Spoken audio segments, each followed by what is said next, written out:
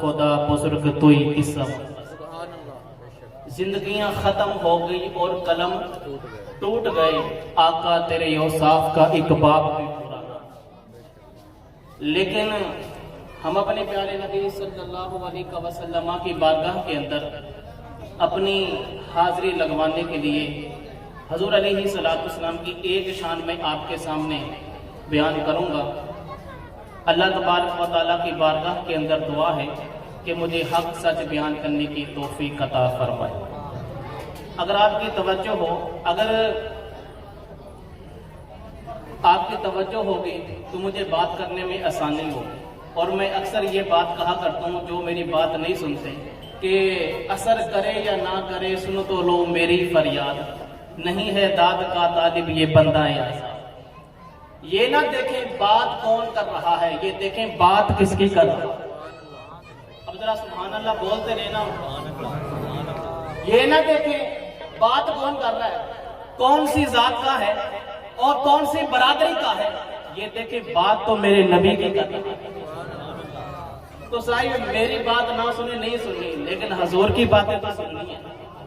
تو انشاءاللہ تعالی حضور علیہ السلام کی ایک چھوٹی سی شان تو چھوٹی نہیں، لیکن اس کو مختصر انداز کے سامنے آپ کے سامنے رکھوں گا۔ میرے آقا علیہ السلام کی ایک شان یہ ہے کہ بھئی اللہ تعالیٰ نے میرے نبی کو آخری نبی بنایا ہے۔ اس کے اوپر تو ہم سب کا عقیدہ ہے نا، ایمان ہے نا، بلکہ ہمارے ایمان کی جان ہے۔ بھئی میرے نبی آخری ہے، میرے نبی کے بعد کوئی نبی، اور بولے نا یار میرے نبی کے بعد کوئی نبی نہ تفسیری نبی آ سکتا ہے، نہ تشریحی نبی آ سکتا ہے، اور نہ ہی تفسیری نبی آ سکتا ہے۔ کسی قسم کا کوئی نبی میرے آقا علیہ السلام کے بعد نہیں آ سکتا، کیونکہ کہہ کہے ہیں ہادی لا نبی یا بادی۔ میرے آقا علیہ السلام نے فرمایا انا خاتم النبیین لا نبی یا بادی، فرمایا میں آخری نبی ہوں، میرے بعد کوئی نبی نہیں آئے۔ اور یہ تو ہم سب کا عقیدہ ہے یا نہیں؟ بلکہ ہم جب کلمہ پڑھتے ہیں نا تو کلمے کے اندر بھی صمیم قلب سے اسی بات کو اقرار کرتے ہیں کہ لا الہ الا اللہ محمد رسول اللہ، کہ اللہ کے سوا کوئی معبود نہیں اور محمد صلی اللہ علیہ وسلم اللہ کے صرف رسول ہی نہیں بلکہ آخری رسول، آخری نبی ہیں حضور علیہ السلام۔ اور یہ ایسی شان ہے میرے نبی کی جو کسی اور کو اللہ تعالیٰ نے عطا نہیں فرمائی۔ بس تیرے اور میرے نبی کو اللہ تعالیٰ نے یہ شان عطا فرمائی ہے کہ بھئی حضور کو آخری نبی بنایا۔ حالانکہ اللہ تعالیٰ نے اس زمانے کے اندر، اس کائنات و رنگ و بو کے اندر 1,24,000 کم و بیش انبیاء اور رسولوں کو بھیجا، لیکن اللہ تعالیٰ نے کسی کو بھی تاج ختم نبوت عطا نہیں فرمایا، لیکن تیرے اور میرے نبی علیہ السلام کو عطا فرمایا۔ یہ اکیلی شان میرے آقا علیہ السلام کی۔ حالانکہ حضرت آدم علیہ السلام بڑی شان والے ہیں۔ حضرت آدم علیہ السلام کو اللہ نے صفی اللہ بنایا ہے، مسجود ملائکہ بنایا ہے، سارے فرشتوں سے سجدہ کروایا ہے، لیکن تاج ختم نبوت عطا نہیں فرمایا۔ حضرت نوح کو نجی اللہ تو بنایا ہے، اپنا پیارا نبی تو بنایا ہے، پر تاج ختم نبوت عطا، اور بولے نا تاج ختم نبوت عطا۔ حضرت ابراہیم کو خلیل اللہ تو بنایا ہے، اپنا پیارا دوست تو بنایا ہے، آگ میں جلنے سے تو بچایا ہے، پر تاج ختم نبوت عطا۔ حضرت اسماعیل کو ذبیح اللہ تو بچایا ہے، چھری سے ذبح ہونے سے تو بچایا ہے، پر تاج ختم نبوت عطا۔ حضرت موسیٰ کو کوہ طور پہ بلا کے کلام تو فرمایا ہے، کلیم اللہ تو بنایا ہے، پر تاج ختم نبوت عطا۔ حضرت عیسیٰ کو روح اللہ تو بنایا ہے، کریمت اللہ تو بنایا ہے، حضرت عیسیٰ علیہ السلام سے مردوں کو زندہ تو کروایا ہے، لیکن تاج ختم نبوت عطا نہیں فرمایا۔ لیکن جب باری آئی آمنہ کے لال کی، عبداللہ کے در مختار کی، مدینے کے تاج کی، تو رب نے فرمایا ما کان محمد ابا احد من رجالکم ولکن رسول اللہ و خاتم النبیین۔ لوگوں سنو، میں نے تاج ختم نبوت ایک بنایا تھا، تاجدار بھی ایک ہی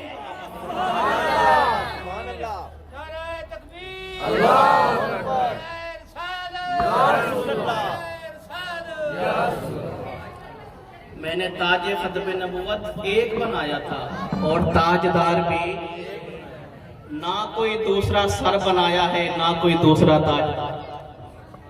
یہ میرے آقا علیہ السلام. اچھا آپ بڑے صاحب فہم لوگ ہیں, سمجھدار پڑھے لکھے لوگ بیٹھے ہوئے, مجھے بتائیں یہ تو عقیدہ ہم سب کا ہے نا کہ میرے نبی آخری ہے یا نہیں؟